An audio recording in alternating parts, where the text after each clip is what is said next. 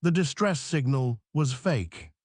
Sierra knew at the moment the ISV Resolute dropped out of hyperspace and found not a crippled freighter, but a conclave enforcement ring, 16 ships arranged in a perfect circle, guns cold but present, all of them pointed at nothing in particular and everything in general.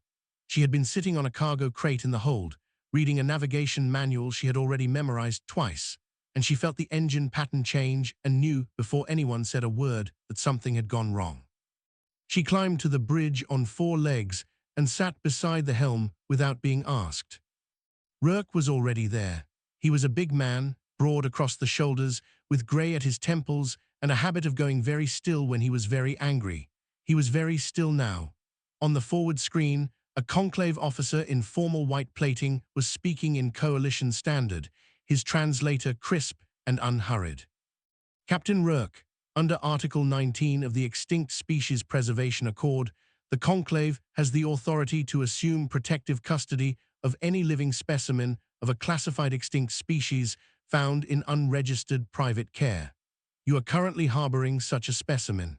Her designation is recorded as Sierra. You will surrender her to our custody within the hour. Rourke did not move. Dara, the ship's engineer, was standing in the doorway. She was a short woman with calloused hands and the kind of face that looked permanently unimpressed. She had a tablet in her hand. She had already been reading.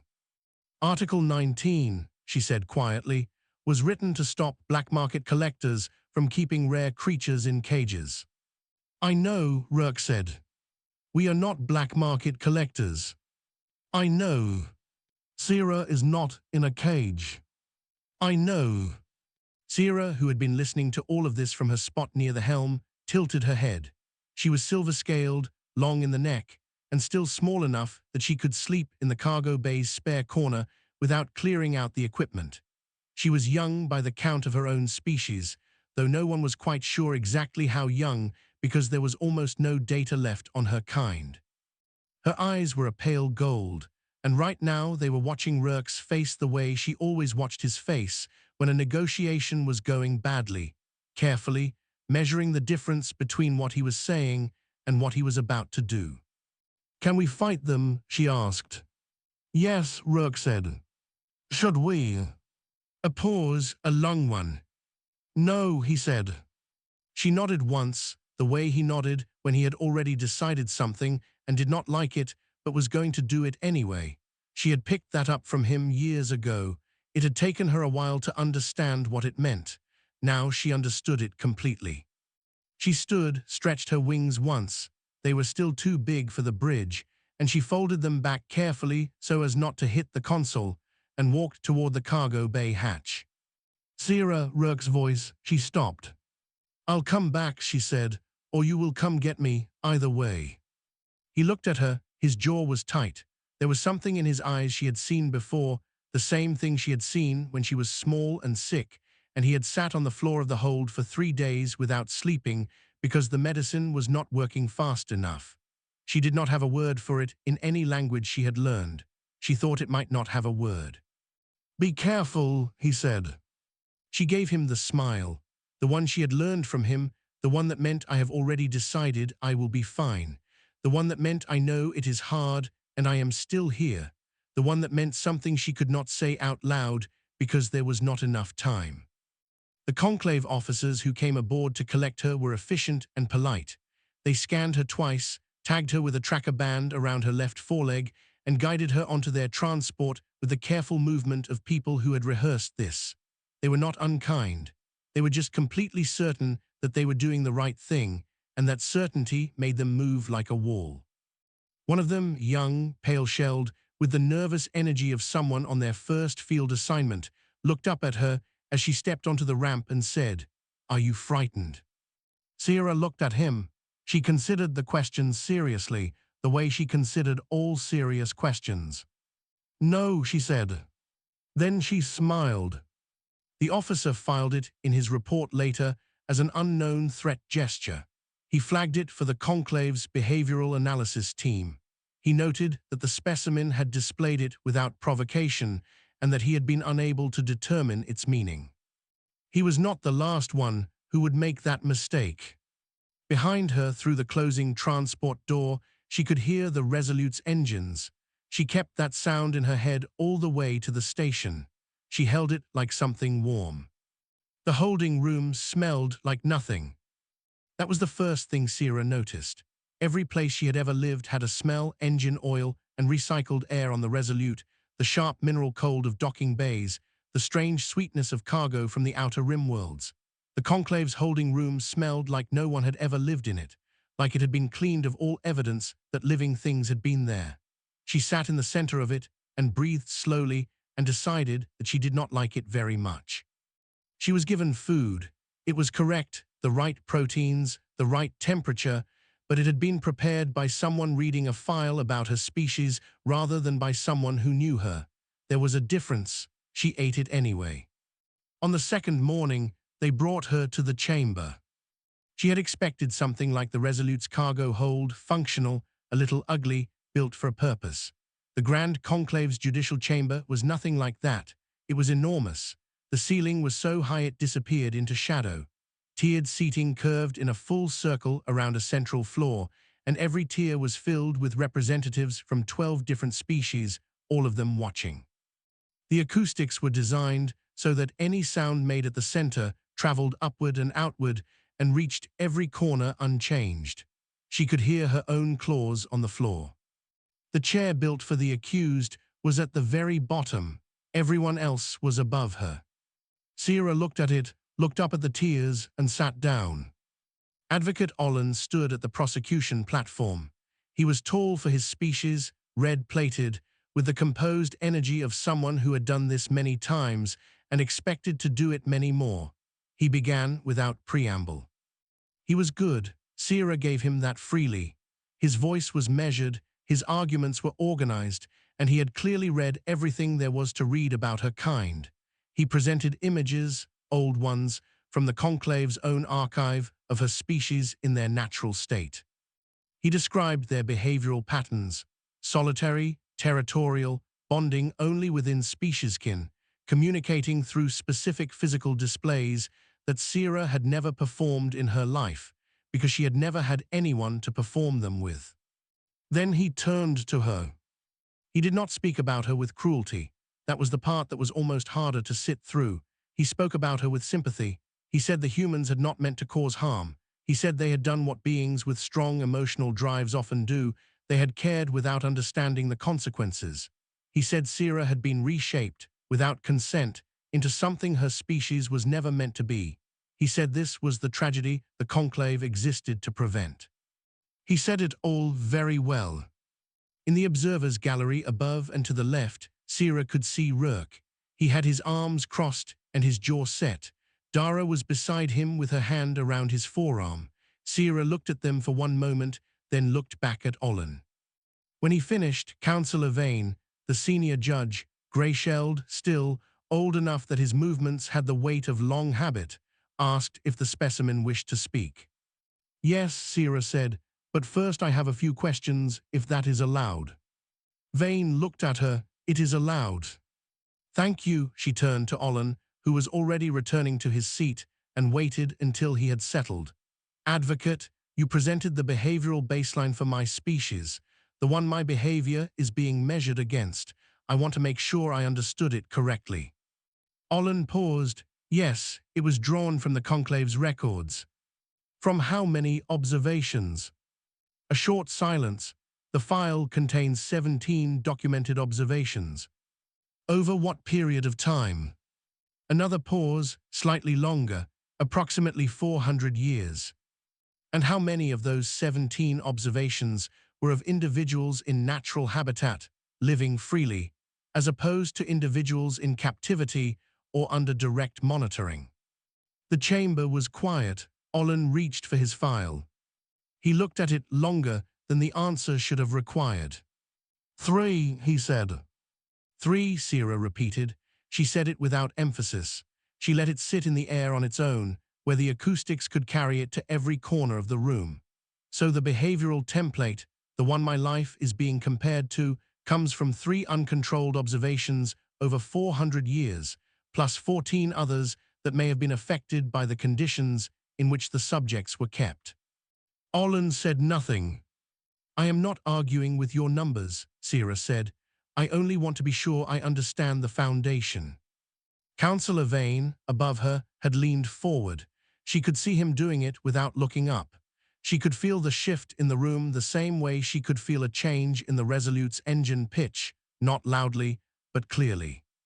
I have more questions, she said, but I am happy to save them for tomorrow if the chamber prefers. She smiled. She said it pleasantly, and she meant it pleasantly, and every single being in that room felt, without being able to explain why, that the chamber had just changed shape. Councillor Vane was still leaning forward when the session ended. He did not lean back. The second day brought witnesses.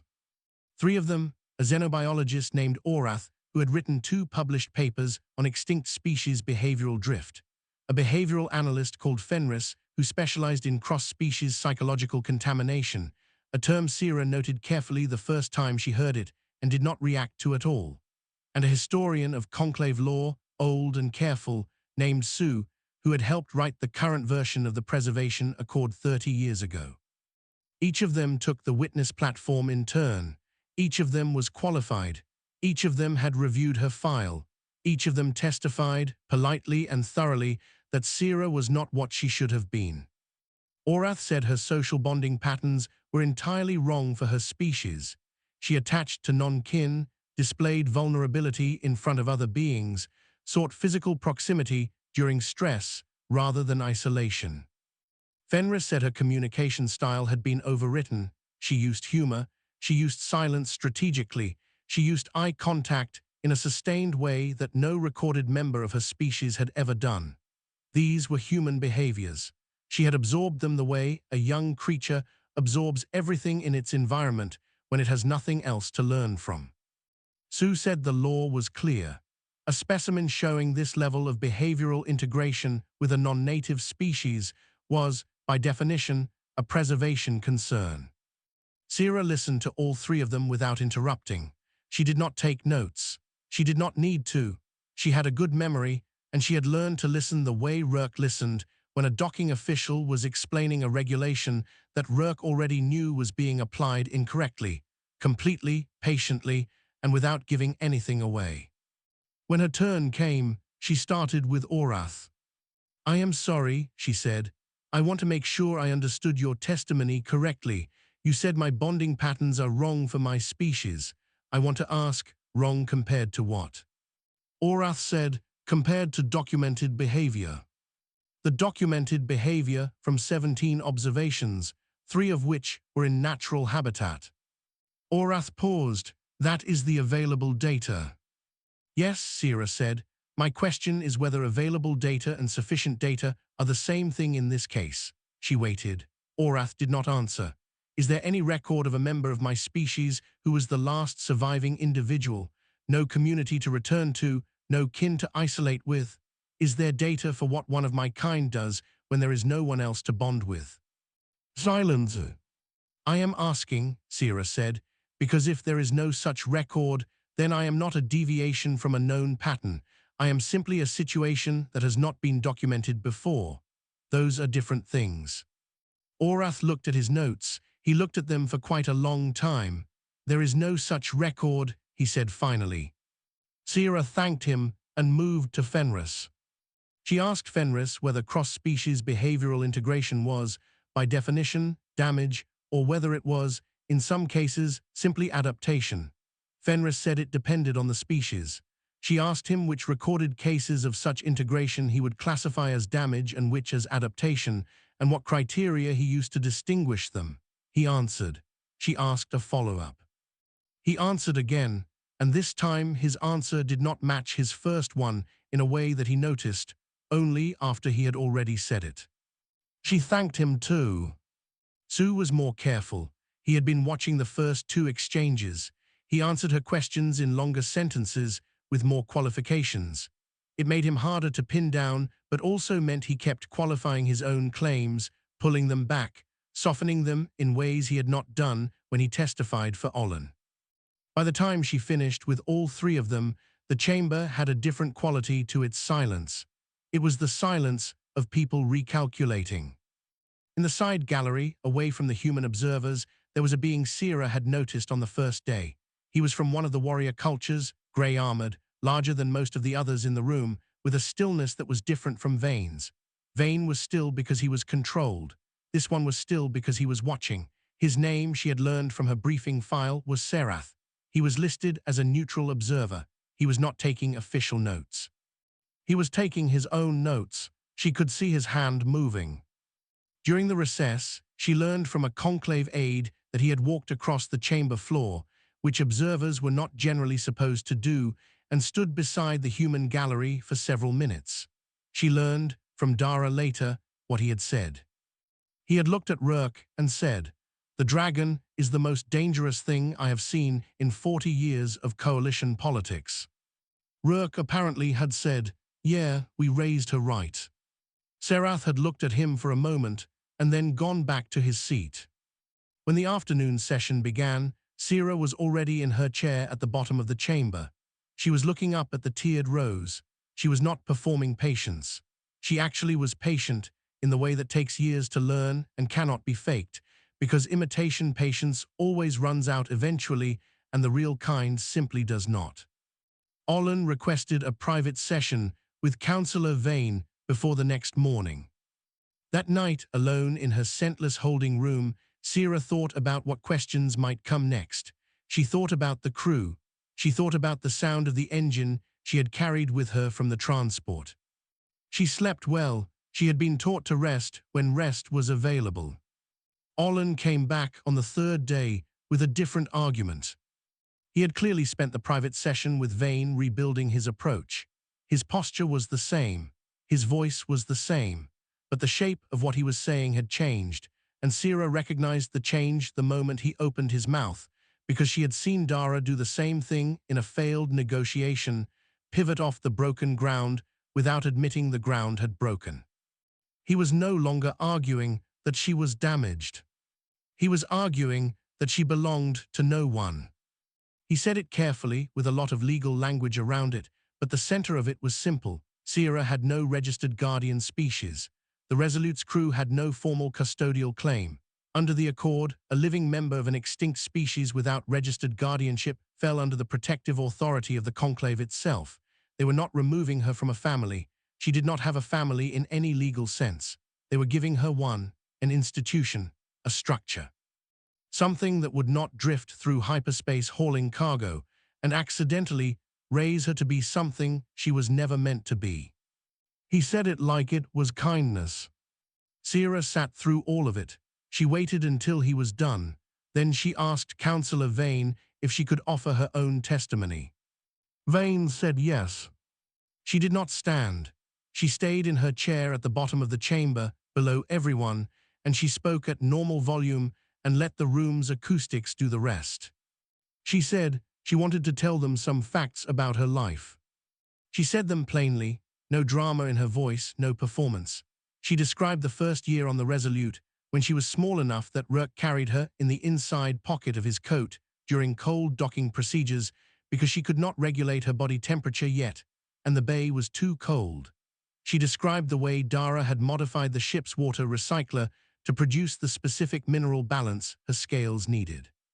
She described the 3 days she had been sick, and the whole crew had taken shifts sitting with her because none of them were willing to let her wake up alone. She described how she had learned to read from a stack of navigation manuals because they were the most available books, how she had learned to be still from watching Rourke wait, how she had learned to ask the right question instead of the loud one from watching Dara in negotiations, how she had learned to eat slowly and rest deliberately and hold the things she cared about steadily rather than tightly. All of it from people who had not known they were teaching her and had done it anyway, every day, by simply being who they were. She said this is what her life was made of. Then she looked up at Olin. She said, "You said I have no family in any legal sense.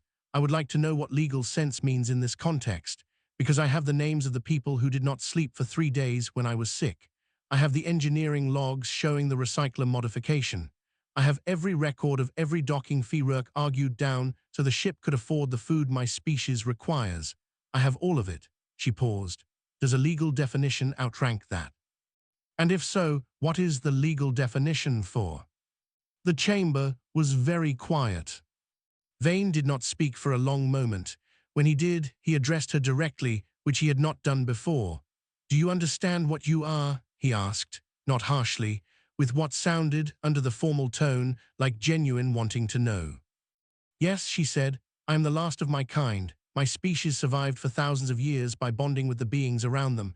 We were not territorial isolationists, we were adapters. When the beings we bonded with were lost, we were lost too. The Resolute's crew were the beings available to bond with. They were the best ones I found." She looked at him. "That is not corruption. That is exactly what my species did. The data you have is insufficient to contradict it." In the side gallery, Serath stood up. It was not a small movement. He was large and the gallery was quiet and everyone saw it. He raised his hand in the formal request gesture that meant he wished to submit an observer statement. This was unusual. It was allowed but unusual, and the fact that he was asking meant he intended for his words to be entered into the official record. Vane granted it. Serath spoke without notes. His voice was low and even, and it carried the way voices carry when they have spent a long time being listened to in hard places. He said, "I have been in coalition politics for 40 years. I have watched many species use classification to manage things they do not understand. What is happening in this chamber is that an institution is attempting to classify love and call it damage. I have no legal opinion to offer. I am offering observation. What you are calling behavioral corruption is a creature describing who came when she was sick. That is not a legal problem. That is a record of what the word family actually means when you remove the paperwork."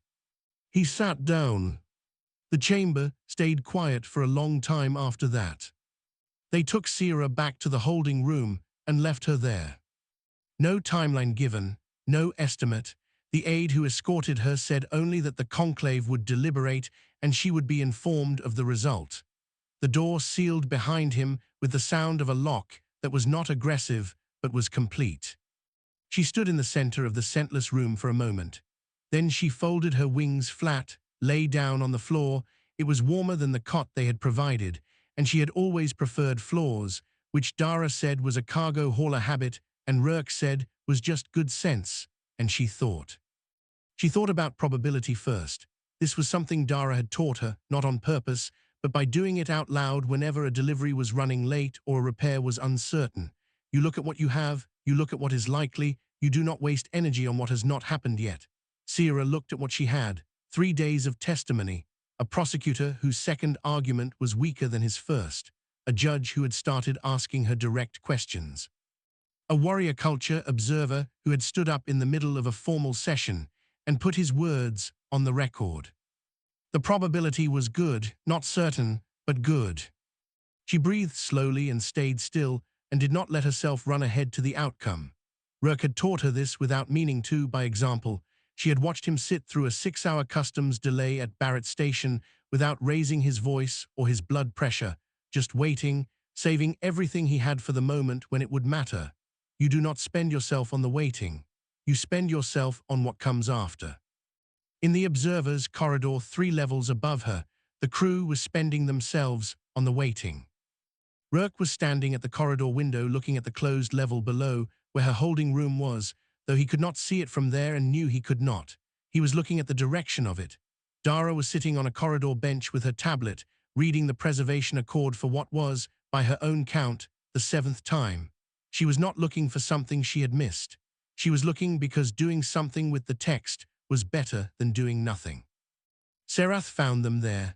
He came without announcement, which was apparently normal for him, and sat down on the bench at the corridor's end without being invited, which was also apparently normal for him. He did not say anything for a while. He looked at the same direction Rurk was looking. After a long silence, Rurk said, "You didn't have to do that, the statement." Serath said, "No." Another silence. "Why did you?" Rurk asked. Serath considered this with the seriousness of someone who did not give unconsidered answers to questions he had already thought through. "Because I have seen this institution classify things it fears.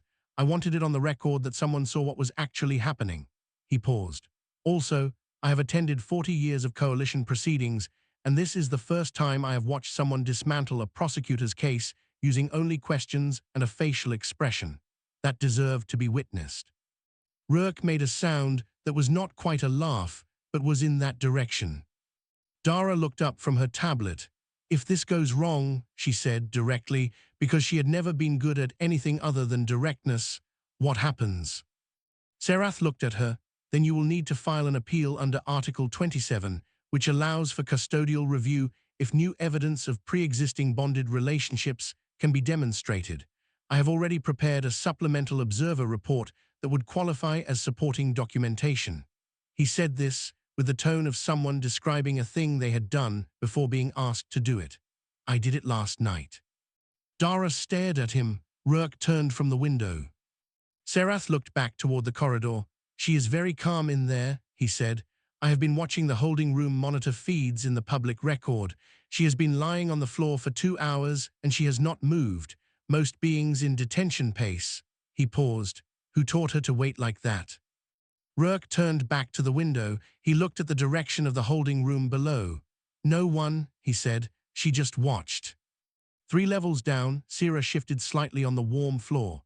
She had been listening to the sounds of the station around her, the distant hum of ventilation, the faint footsteps of personnel in adjacent corridors, the structural groan of a station this size settling under its own mass. She found it easier to think when she was tracking something. It was, Dara had once said, a very dragon thing to do. Sierra had pointed out that it was also a very engineer thing to do. Dara had told her to go bother someone else. She had gone and bothered Rourke. She almost smiled at the floor. Almost, she saved it.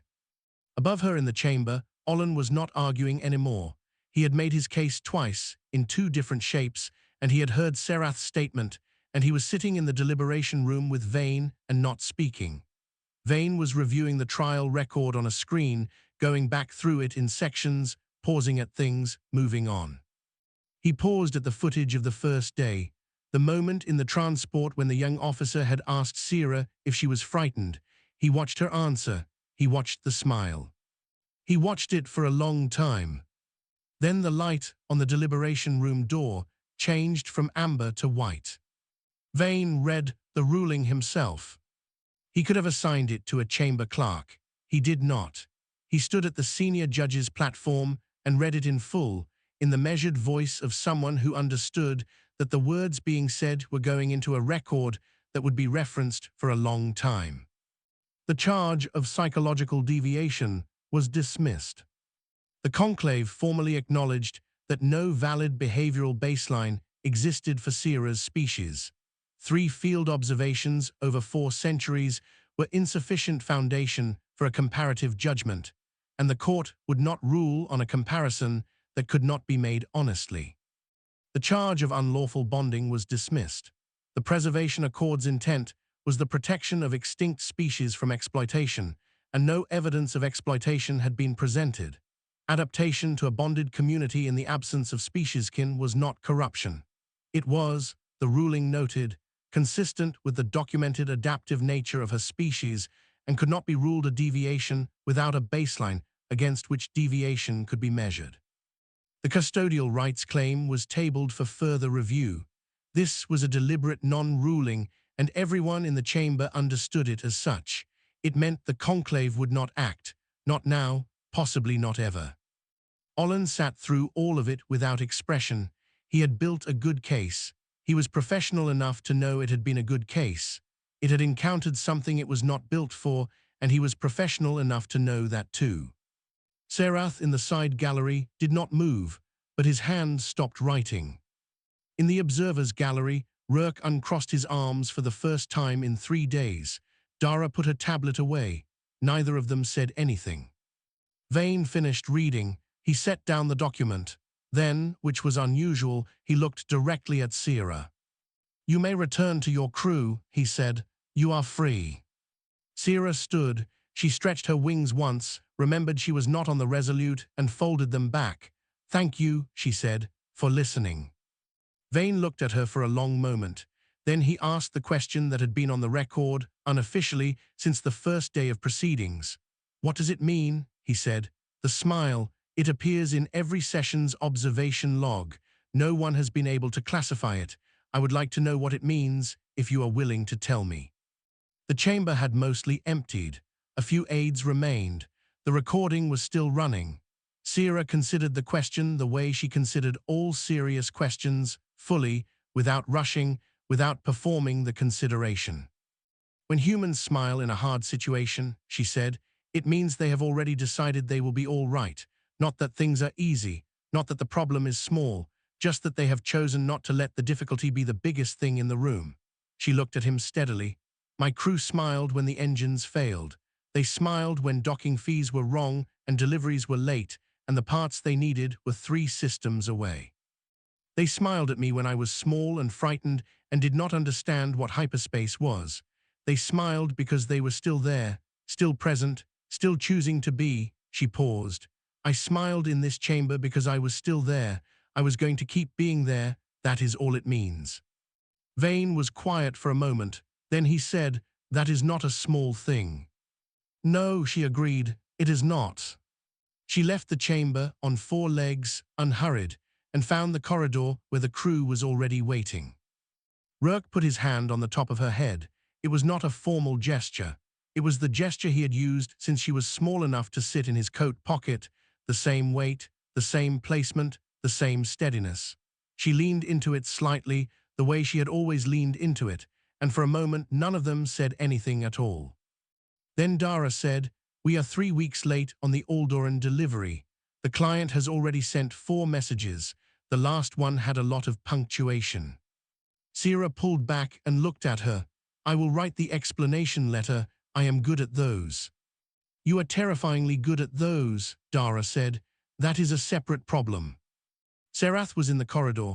He had not followed them out. He had been there already, waiting in the quiet way he had of simply being where things were going to happen. He looked at Rourke. He raised his right hand and held it out flat, palm forward, a gesture Sierra recognized from her briefing files as a formal salute of equals in his culture. The highest form, not given often. He held it until Rourke slowly raised his own hand and mirrored it.